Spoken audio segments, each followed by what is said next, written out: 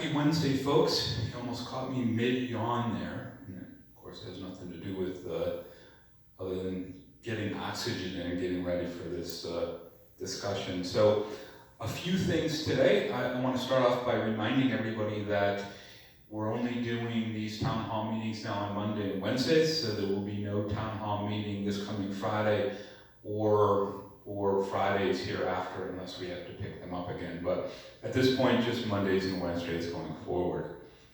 So I want to point out, specific to the residents who live in the main building here at Canterbury Woods here in Williamsville, a memo went out to all of you yesterday, and this is what it looks like.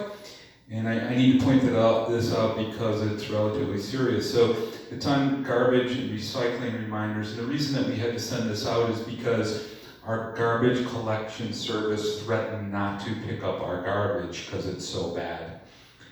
The issue is that residents are not bagging their trash regularly in plastic garbage bags.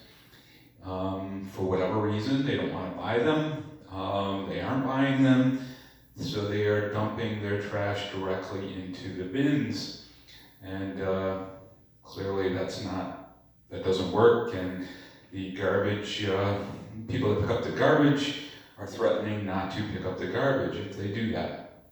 The other thing is that people are putting styrofoam and other non-recyclable stuff in recycling bins. So we have put out to everybody, specifically in the main building here in Williamsville, again, a handy-dandy cheat sheet that says what things are recyclable and what things are not recyclable. So for instance, things that are not recyclable: plastic bags, styrofoam, coated fiber products like milk cartons, wood, glass, electronics, aerosol cans, things such as that, clothing, not recyclable here. Things that are recyclable: paper, bottles and jars, cardboard, plastic, and metal cans, etc., etc. So please, no styrofoam specifically in recyclable bins, and please appropriately bag your garbage. Serious thing. If we get charged extra by our waste management company, I will have to pass that charge on. So let's not get charged extra, because that's what they're threatening to do to us. So take a look at the memo. If you have any questions, don't hesitate to contact myself or Lori Averello. One of the questions that I've gotten on an ongoing basis is, how long are we going to keep up the tents for dining and activities and cultural arts and everything that we're doing there?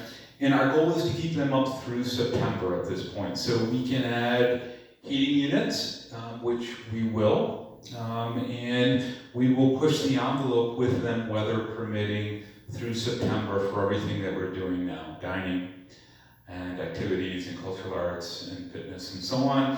And then we'll evaluate towards the end of September what's going to happen to all those programs at that point. Are we going to do dining inside in October, November, December? If I was a betting man, I would say no, based upon the information that's out there and where we will be with the pandemic at that point in time, but you never know. We'll see what happens in the fall and early winter. I'm just going down my list here. Lexington Village question asked me yesterday. If you remember, I talked about the ability for the Lexington Village residents to have that internal television channel that we have both at Gate Circle and here in Williamsville, at which people are watching this live now. Lexington folks don't get the opportunity to do that because they don't have the internal television channel. We've been working on it. Jeff, who's doing the videotaping with me now, let me know that because of a conduit issue that we're having with Spectrum, we had to put it off. It was actually supposed to be done and it's not, and we're working on it, and so I don't have a definitive date. We told Spectrum that we wanted a definite conduit from here to there, and so that's a little bit additional cost, and we're going to work through them. So more to come on that, but we're working through that, and eventually, hopefully sooner rather than later, the Lexington Village folks will have direct access to the live touchdown channel, which I believe is 1390. You will have access to all of that. Another question is on the antigen testing that I've been talking about. I talked about it on Monday. We ordered the testing kits, we ordered the testing meters. And the question was, are we going to be using those for visitors to the health center? And the answer to that is at this point, no. Because the visitation to the health center is very controlled, as I think most of you know, folks have to wear masks, the residents have to wear masks. It's an 8 to 10 foot distance that we've pre-set up. It's being staff monitored, there's hand washing, there's all that stuff going on over there. It's outside. So trying to set it up in the safest possible way, we're not going to, at least initially, require or do antigen testing for those visitors that are visiting health center loved ones. But obviously independent, we're not going to be requiring masks when somebody goes into their loved one, family member's apartment. But it's up to them whether they wear masks inside an individual apartment. Social distancing is probably out the window when they're in there, on and on and on. And obviously we're not going to have staff monitoring. So the antigen testing would only be for visitors for independent living visitors that are coming into the main building, and then from there going into independent living residence apartments. So again, if you have further questions on that, you can certainly email me, rwallace@echa.org. Another issue is, again, talking about masks. We tend to ebb and flow on masks. Mask wearing, appropriate mask wearing over your entire mouth and nose. I can tell you that we went for a while that we were very, very good, and now I'll get on my soapbox a little bit today and say that we've ebbed and flowed a little bit. So folks, as I've been saying, and I constantly remind everybody, whether staff or visitors, we cannot backtrack. Masks are mandatory. I'm talking about staff members know masks are mandatory inside Canterbury Woods, but residents as well, and certainly visitors. Masks are mandatory in all the common areas. That means that they have to be worn appropriately over your mouth, over your nose.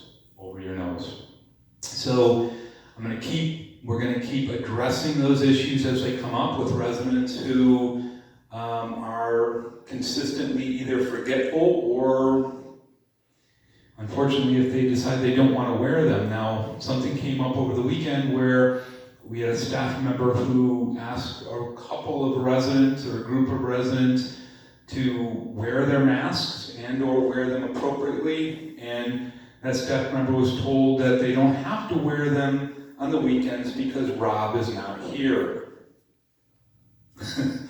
Which is not true, folks. It's not true.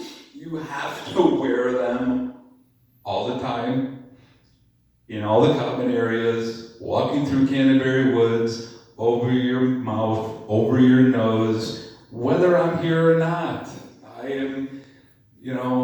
I'm pushing the message, but the message is true.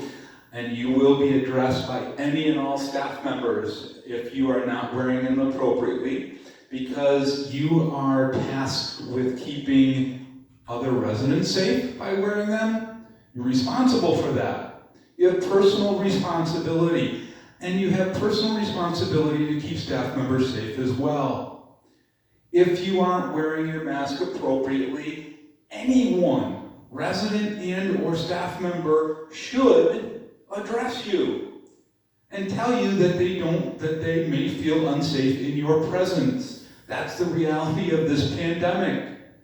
You have the responsibility of keeping the people around you safe. You cannot guarantee whether you say that you don't have the virus or not. You don't know. Excuse me. Whether you're 20 or 90, you may not have it this second, but then you may go to the store today. And in going to the store today, you may get, who knows? You may walk through a cloud of virus. Nobody knows. That's really the terrible thing about this. And then you may have it, and your symptoms haven't kicked in yet. Whether you're 20 or 90, there may be a period of time where you're asymptomatic. That's why it's so crucial for you to wear a mask. Yes, masks will protect yourself a little bit, but you have a responsibility to protect everyone around you. We're taking that very seriously at Canterbury Woods. You will be addressed by staff members who, if you are in their presence and you're not appropriately wearing a mask, might feel threatened. You might be addressed by your fellow residents as well, because that's the world we live in now. So wear your mask, folks. Whether I'm here or not, you have to wear your mask. Okay, stepping off my soapbox for today, I just want to thank everybody for their condolences and well wishes on the passing late last week of my father-in-law in Oxford. So thank you for that.